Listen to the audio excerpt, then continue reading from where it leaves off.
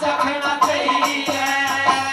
पतिव्रता के श्राप ताप में हेरा रे हेरा रे हेरा रे पतिव्रता के श्राप ताप में तू काटा जरा बचना और मैं पतिव्रता वीर मेरा तू धर्म निकाल मत ना, धर्म निकाल मत ना।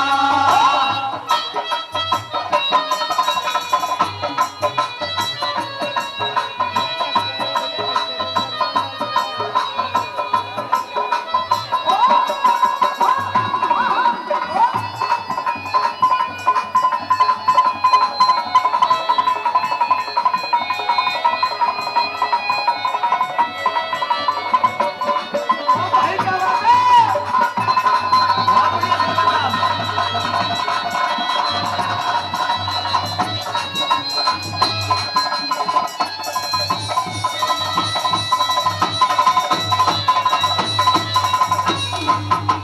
प्रेमी सज्जनों, इस बात के अंदर आपने सुना कि हर मानस को ध्यान धर्म का हरदम रखना चाहिए और खोटी नजर से गैर वीर को कोना तकना चाहिए।